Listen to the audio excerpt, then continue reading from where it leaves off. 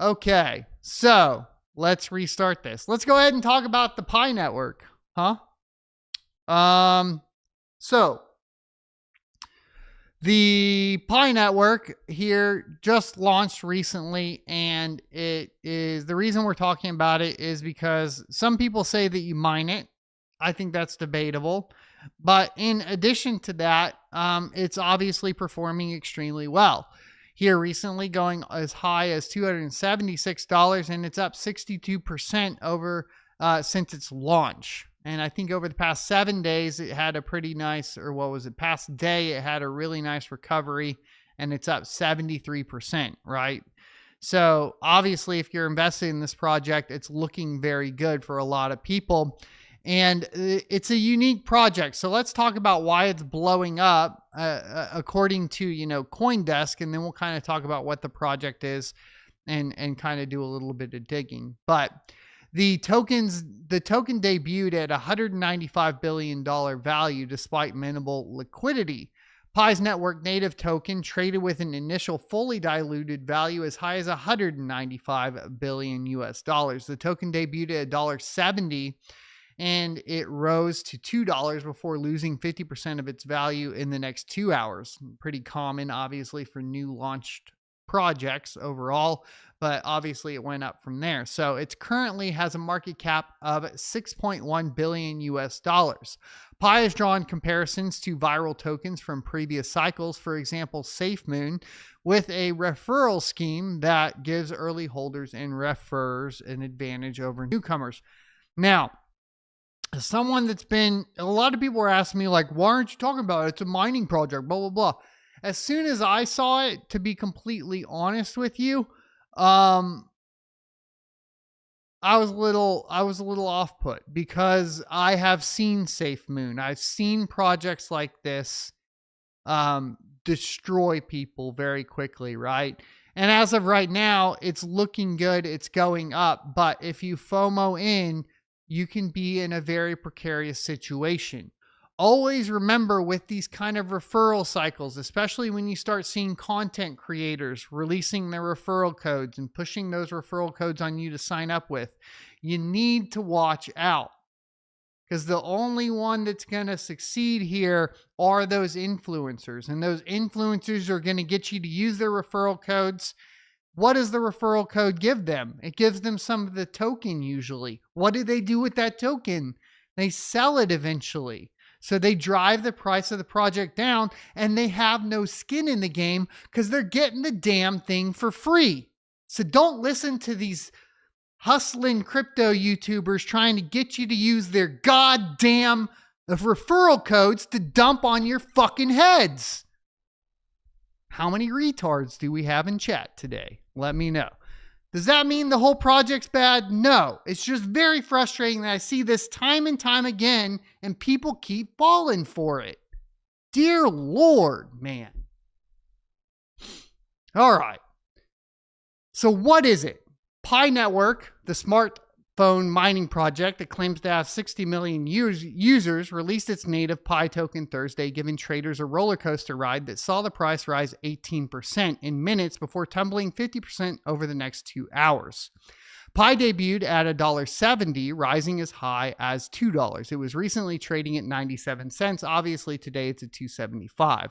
The initial surge sent the fully diluted value to as high as $195 billion, which it already talked about. So the FDV is based on the maximum supply of a token, not circulating supply, right? So that's 100 billion in this particular case is going to be the maximum supply of the Pi network. The self-reported circulating supply is 6.3 billion, putting its market cap around 6.1 billion. That's the current market cap, okay? Pi Network has drawn comparisons to viral projects from previous cycles, including SafeMoon, which also attracted a retail audience with aggressive marketing and referral schemes. In order for users, don't forget BitConnect as well. In order for users to begin mining the Pi token on a mobile device, they must first receive an invitation from another user. They are then issued with an invite code that they can share themselves. More tokens are rewarded for each of the referred users, creating an ecosystem that mirrors multi-level marketing or a pyramid scheme. Spot on. That's what it does. Okay. And you're going to see, especially with the price right now, I think you're going to see a lot of influencers pushing this on you guys. And it's a Ponzi. And if this becomes as successful as BitConnect or SafeMoon, at least one of your favorite influencers is going to end up in prison over this, just so you know. Okay. And to all the influencers that watch my channel, I'm going to tell you, be careful. I've seen this happen before, and I've told people directly that have gotten in trouble doing this stuff not to do it, and I was right. This gets you in a lot of trouble. If you do it at a low enough level, you get away with it, sure. But this stuff can get you in a ton of trouble extremely quickly, okay? So exchanges currently lack sufficient liquidity to handle the billions of tokens being traded. In fact, even the most liquid exchange, OKX, has a 2% market depth of between 33,000 and 60,000. That means an order of, say, 100,000 would move the price significantly, creating a volatile trading environment. Market depth measures the amount of capital required to move an asset in either direction. Based on the token's market cap, a 2% move would equate to a $146 million shift in the project's value. Pi Network has attempted to remedy a disparity between buyers and sellers by offering holders a lockup period, which can be up to 3 years. Now, what is already happening? What are they trying to manipulate? They're trying to manipulate the people that are selling and not buying. They're running out of liquidity to fill the sell orders, and so they're offering the lockup period to stop people from doing it. So if they're manipulating it to that point, why is this doing this? Because of the manipulation that they're having on the market and the unavailability of people being able to sell the token. So does this chart actually look good? No, it doesn't look good. This looks bad. Because as soon as there's an availability to sell, what's everybody that's been getting you to buy and use their referral codes going to do? They're going to sell. Felt like we needed to address this because I keep seeing people that I think get way too many followers talking about this shit, saying stupid shit, and they're going to get in trouble.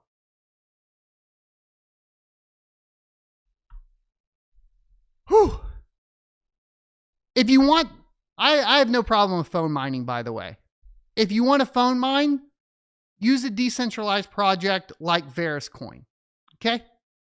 All good. Go mine some Veriscoin. Take care of that stuff. I don't say this because if I really dislike the people, I'd be calling them out by name. I don't dislike the people that are pumping this up. In fact, I think they're just stupid. I think they're just stupid and they don't know what they're doing. They haven't seen this before. They don't know what they're getting into. And I think that's the position that I would take on any of this. I don't think that any individual is a bad person. It's just not going to end well. It never ends well. It never ends well. Okay? It makes me mad when people fall for this stuff and then they get their entire audience into it and then people get screwed.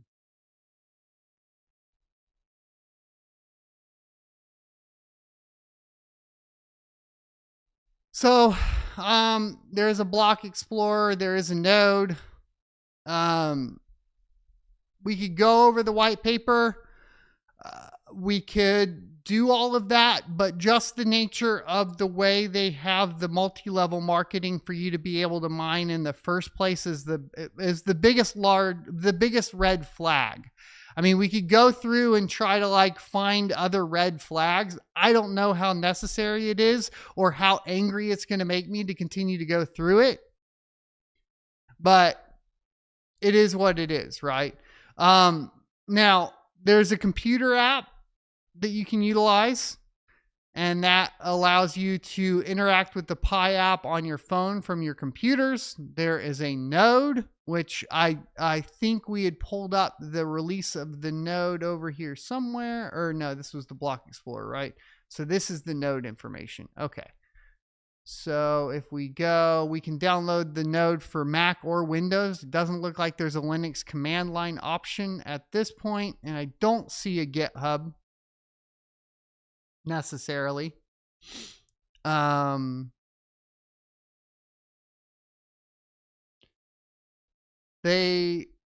doesn't say if there's an incentive for running a node at this point either, right? let's see if we can see anything on there. No rich lists here. No, just okay. And then let's see if we got there.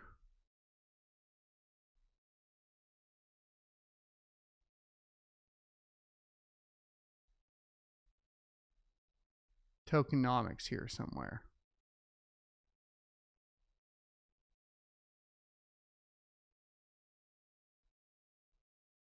All right. Here you go. So it's a 20/80 Pi token distribution with 20% going to the core team and 80% to the community.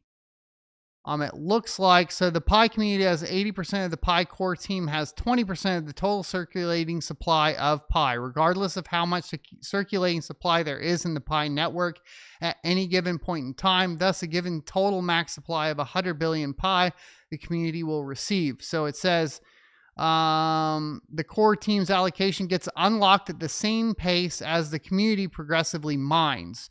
So I guess it's a 2-to-8, right? So that would be a 4-to-1. As you mine, a quarter of that is unlocked for the core team. Okay. So what we would need to find out then. So the pre-mainnet mining rewards were 20 billion, which means as of right now, 5 billion Pi is in the hands of the team already.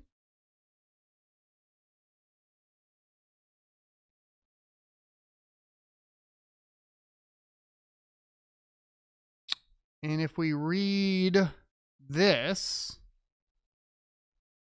if it was at total, ooh, that's rough. So 6.1 billion US dollars with the team currently controlling 5 billion. Is that accurate? That was at that price. No, double this price. Yeah, so they control 10 billion of a $24 billion cap. What's the cap now? Let's go look. We can just look at that. We don't have to ask. 18. I was close. I said 20. Okay, so they control currently 5 billion of the 18 billion in supply, I think. Currently. I have to do this math a little bit more, but they control 20%. But it unlocks as you mine it. But to be clear, they had a testnet mining, incentivized testnet. So similar to Fish Hash or KY, right? As far as that is controlled. It does require invite codes, and you need to be extremely careful with this one, guys. Another rug. So people always get, I think there's always this like misconception of like what a rug pull really is. In this case, you're not, it's the same scheme as like a BitConnect or a SafeMoon. It is essentially, it's not that you're necessarily getting rug pulled by the dev team. It's usually that you're getting rug pulled by some other holder of it, right?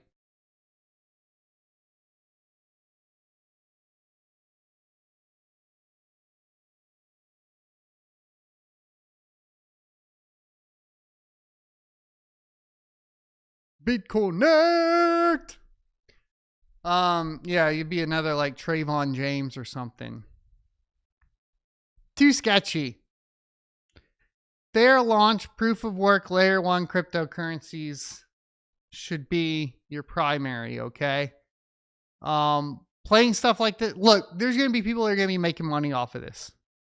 I bet you're going to be seeing people pump this up left and right, dude. I bet you're going to be seeing people show their wallets all over Twitter. The price is going to look really high. What they're not telling you is there's not enough liquidity to actually sell it. And once they do sell it, that price is going to go through the floor. That's how these things usually play out, right? Yeah, Luna, FTT, All of that, right? Pigeon coin.